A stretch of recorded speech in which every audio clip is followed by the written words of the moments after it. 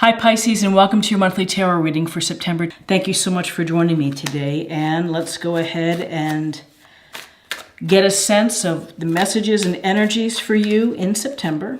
We have the Five of Wands, and the Five of Wands is a card where you can see, looks like the boys in this illustration are having at it, but maybe there's no leadership, maybe there's no system here. There's no working together. It's almost like every man for himself.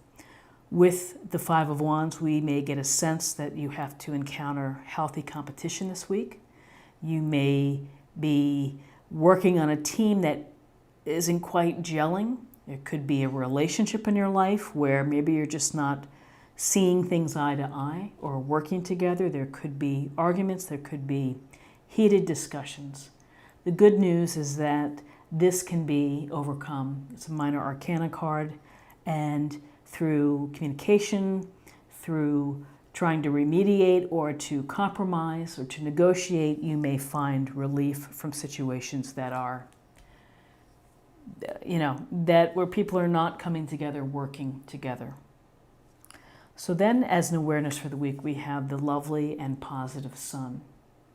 And the sun brings such joy and happiness and delight into your life, just like that baby on the horse. It's free, feeling carefree, feeling happy. This card signals good relationships, good health, inspiration, feeling creative, like you wanna do something that's going to excite the world and it's gonna shine your abilities or your talents for the world.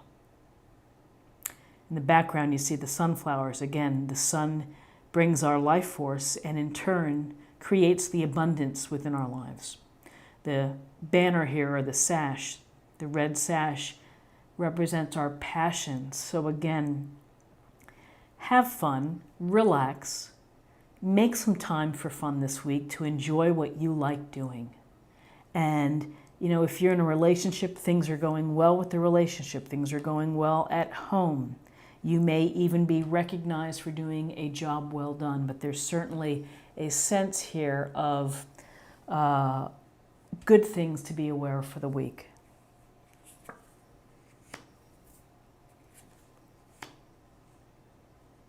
So, good things aware for the week, and then we have the Seven of Cups. Options, visualization, daydreaming, fantasizing about what if. What if I went this route? Well, this cup has this. My life could look like this. What if I went in this other direction? Then, this could take place. So it's important to allow ourselves to fantasize, to daydream, to think big. The problem is, though, is if we make that the reality, the dreaming part, if we don't move forward or try to take steps to make progress, then that's where things get a little tricky or maybe a little bit dodgy. So the Seven of Cups, again, this emotional energy, this stirring below of thinking, what is it that I really want to do? I'm not quite sure. I have a lot of opportunities, or at least I think I have a lot of opportunities. So perhaps the guidance is to narrow your focus, direct your energy toward one of the cups. And if you're able to achieve that, then go to the next cup.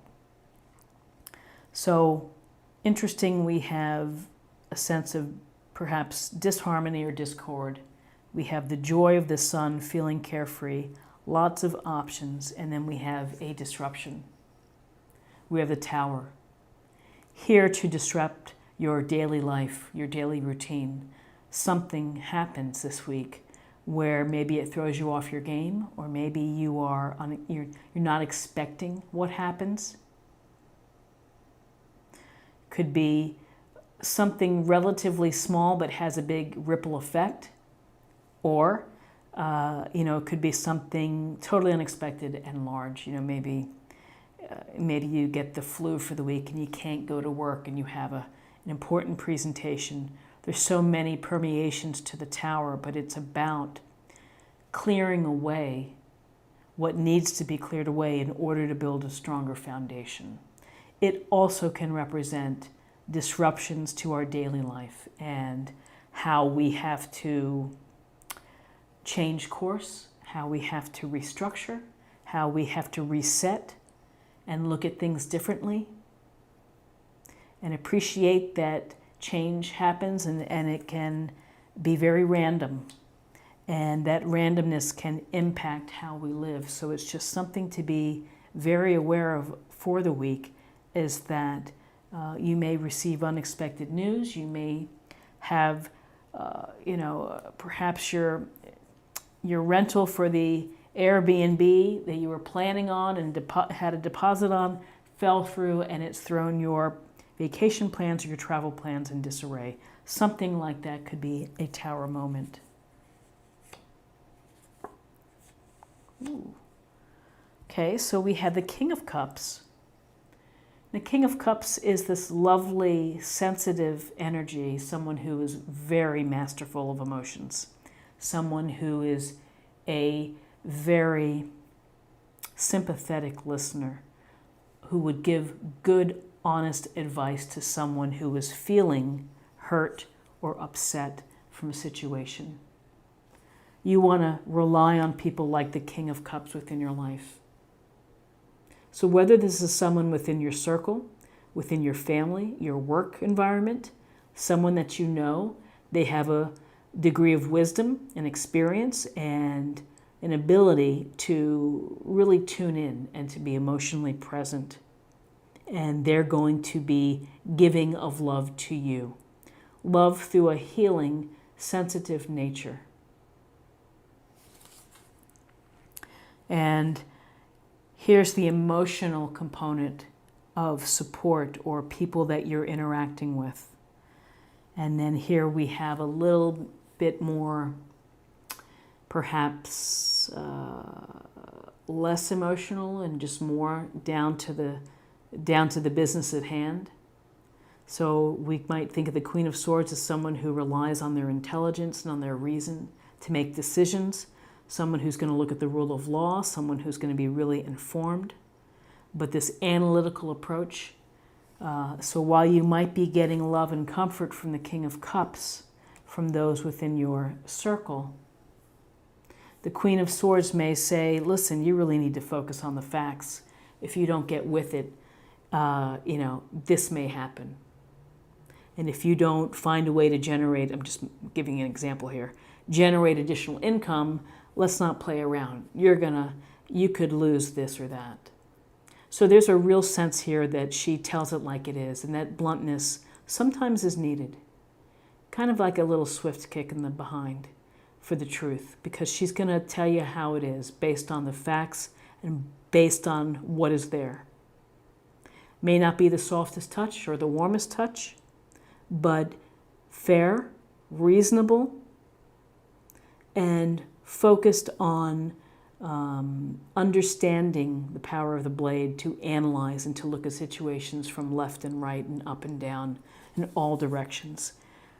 I think that this Queen of Swords, these two people are here to help navigate this Tower situation. One as an emotional friend, someone who is going to be tuned into you emotionally, and then someone else who's going to maybe give tough love and advice that you need to hear.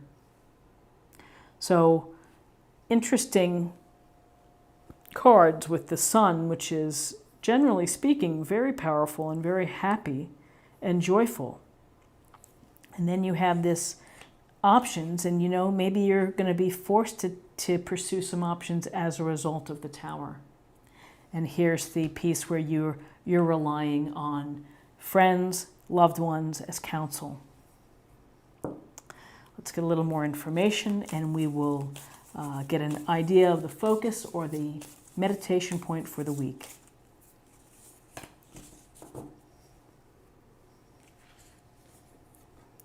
Overcoming obstacles. So I think this is a card that's in great alignment with the other cards that we have with the Tower. The Tower is, in many senses, it can feel like an obstacle because change can be challenging. Change can be really hard. but overcoming obstacles, you have to take charge. You have to remember your passions, your the positivity within your life, the confidence. Don't let this suck your confidence away. And often we overcome obstacles relying on friends for support. So now I'm going to choose an oracle card for spirit or emotional self.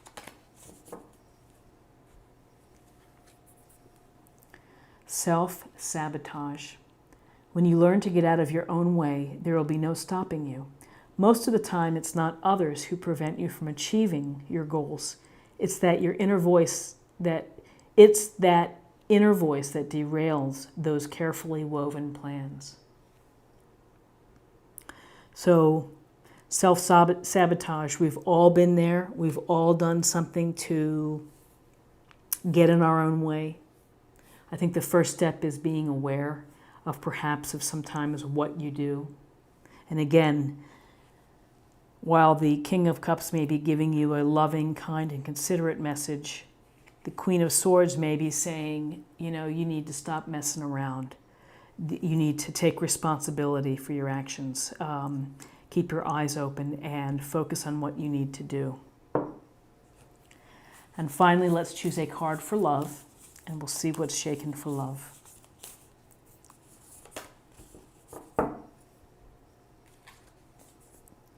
Embrace your emotions. Don't push down your feelings or judge your emotions. So don't be afraid to, if you're having ups and downs, if you're having good emotions like with the sun, if you are feeling like you can't handle or cope with big changes, that's natural. And when we suppress our feelings, it causes illness and stress and all type of difficulties. So allow whatever emotions to come through. They're yours. Embrace them. Pay attention to them. And it's just going to help you in terms of, I think, overcoming the obstacles. This is what I have for you for the week, and I hope that you found something helpful here today. If you did, please subscribe if you haven't already. Like, share, or comment. I'd love to hear from you. Have a great week. Keep your chin up, and I'll see you next week. Bye-bye.